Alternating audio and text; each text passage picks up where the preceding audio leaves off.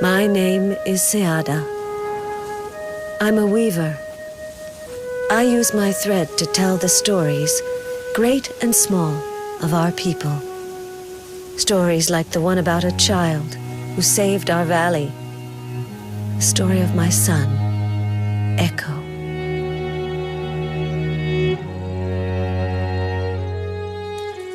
Life gave him many things, except the sense of sight.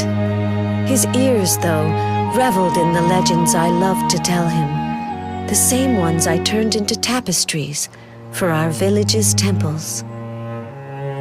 His favorite was the one about the serpent god that came down from the sky to lay a sacred egg in the heart of an ageless tree, the mother tree.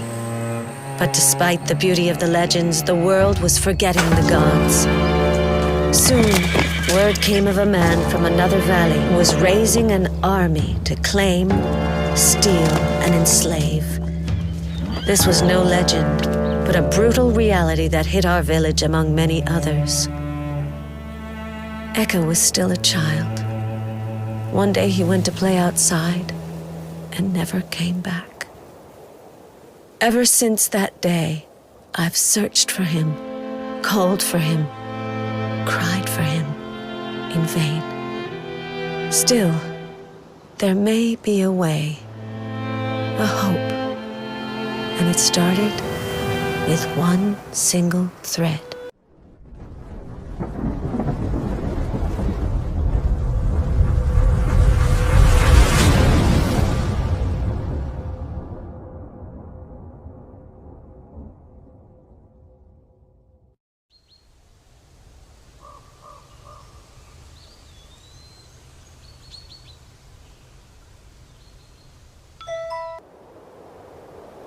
Somewhere, Eqqo was dreaming, and the stars, who are the daughters of the night, knew it.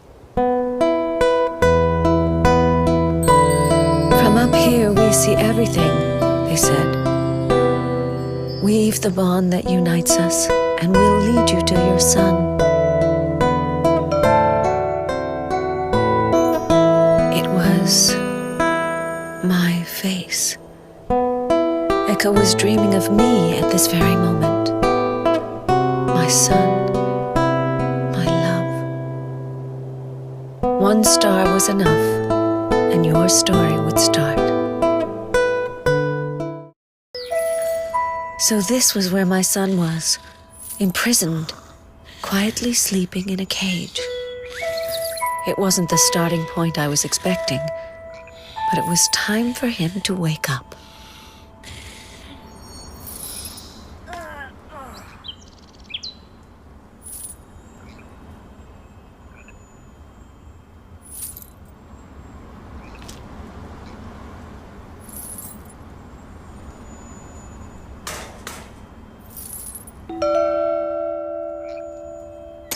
Who could have trapped him?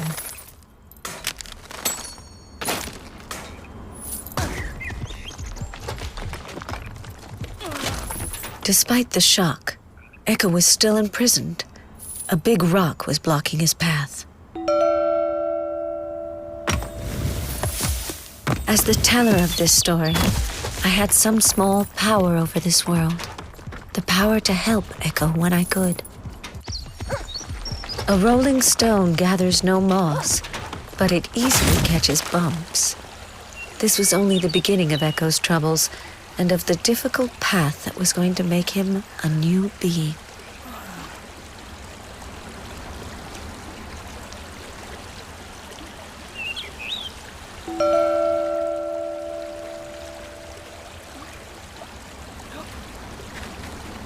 That star had invited itself into my story. So much the better. So much the better. It would most likely have a role to play in it.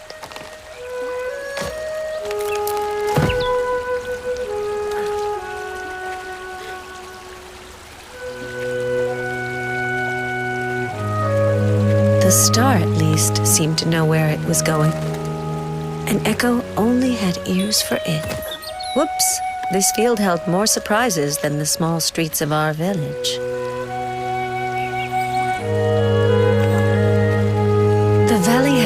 her finest spring garments. But Eqqo only seemed to care for the star. Where was it taking?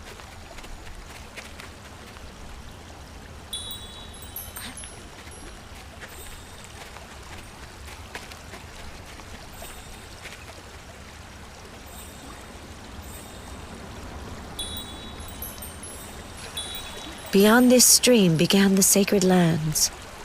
Only pilgrims had the right to enter. But the star in the fresco, a pilgrim placed their hand into the sculpture's mouth. A trial of trust.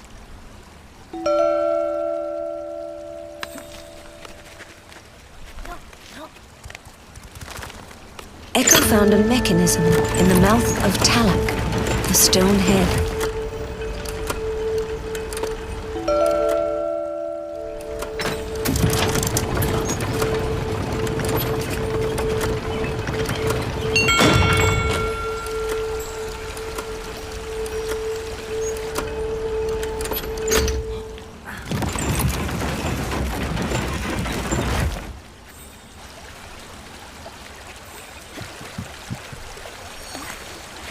This is how, 1 century later, a freshly hatched pilgrim was about to tread upon the sacred ground.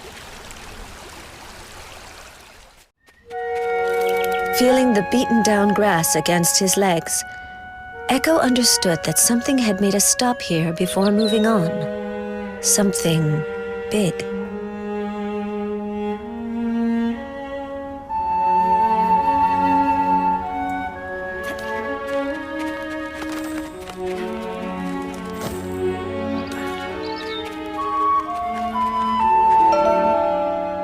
My son approached the temple with confidence. He loved the old stones that told many stories under his fingers.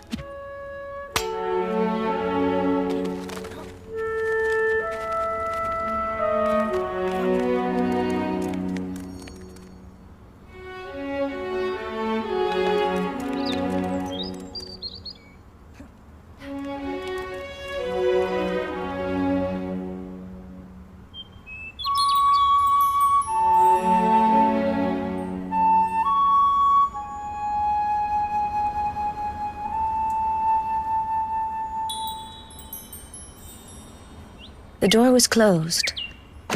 It would open only to the pilgrim who took time to. Despite all those good meals I had cooked for him, my son wasn't heavy enough to weigh down the slab.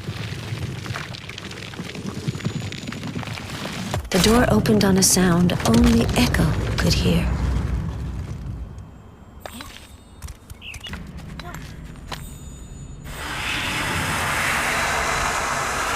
Eqqo was finally free. Something important was to happen.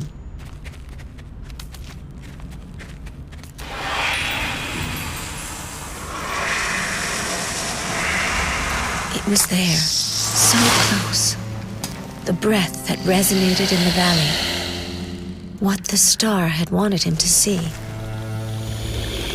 It was an Amlak-e-Bab, a snake god. A star harvester, a life carrier.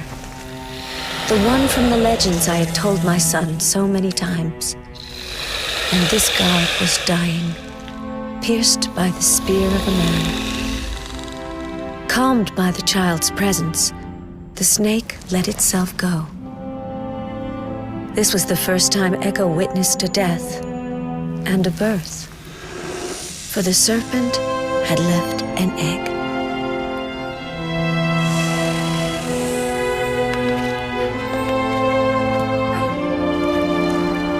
Serpent gods traveled the universe, harvesting with their scales the memory of the sky. From this memory, an egg was born. They then came to the sacred lands to lay the egg, called Enkalal.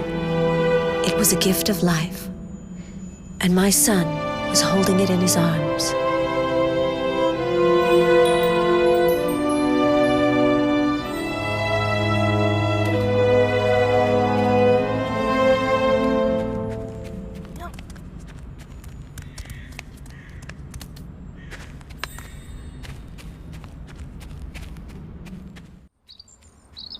The egg of a god. An egg god. What a burden for such a young child. What to do now? Which way to go? The egg seemed to have an idea, but it needed a support to express it.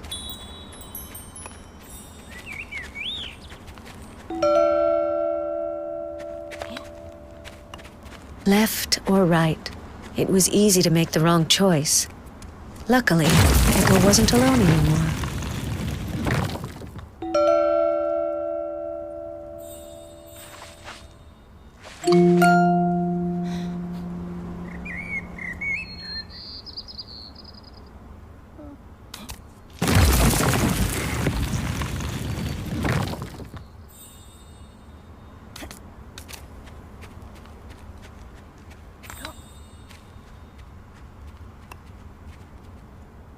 One only had 4 senses. The other seemed ready to break at any moment. But their fragility was now shared.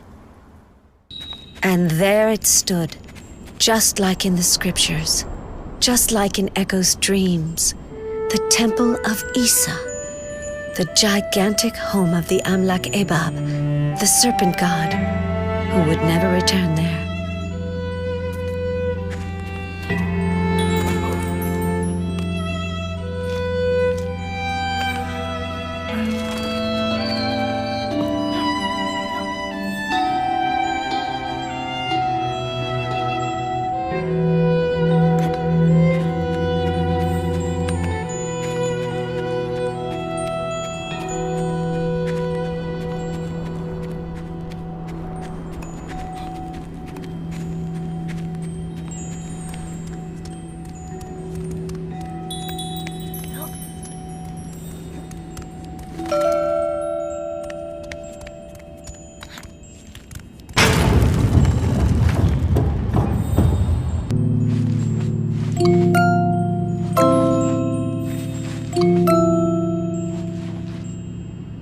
Bells. It was a melody.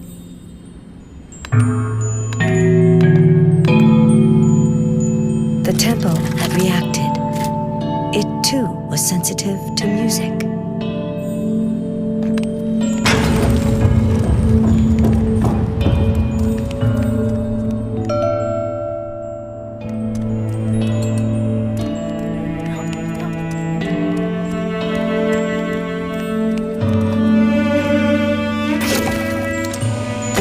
Obeyed the egg, which it knew well. Eqqo wondered if he would ever see it again. Wait, thought Eqqo, shaking. What's in there? A hero, said a voice. And it's you. You are who I need. Don't be afraid, thought Eqqo. You're a big boy now.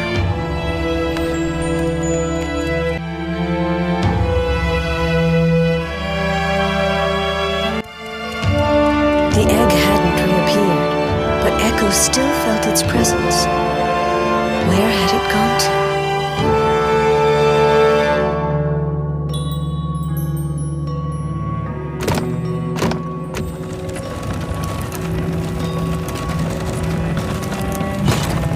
Mechanisms woke up after a very long sleep.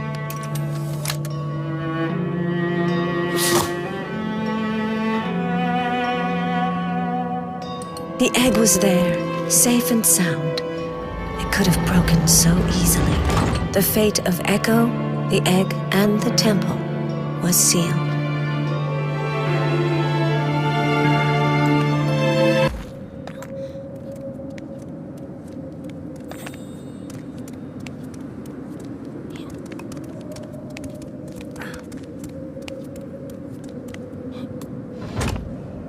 When placing the egg, Eqqo realized that a legend carried a significant weight. Since the disappearance of the star, something else was guiding Eqqo, pushing him forward. Was it the egg itself? Was it conscious? Thought it was better, sometimes, to be shaped like a blade of grass than an egg.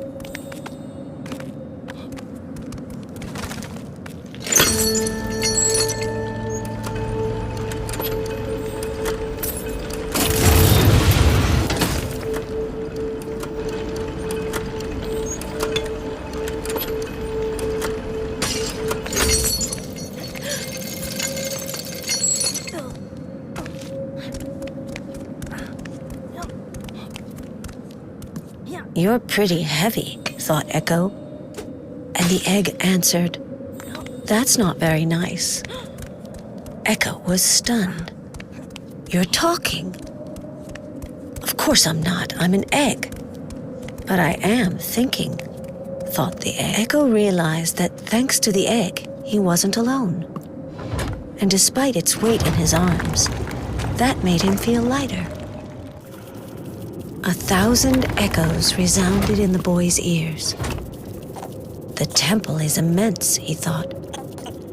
"And we need to get to the end of it," added the egg.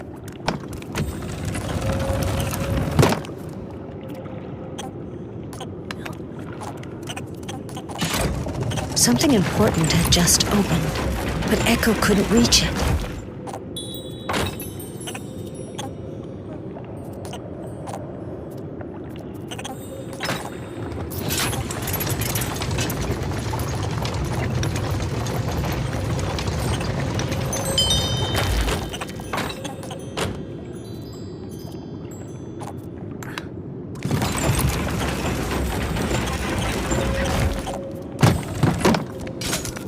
Another trap.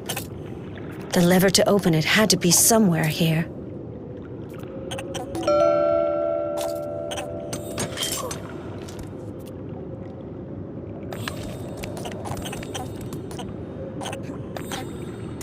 These hunting weapons were actually war weapons.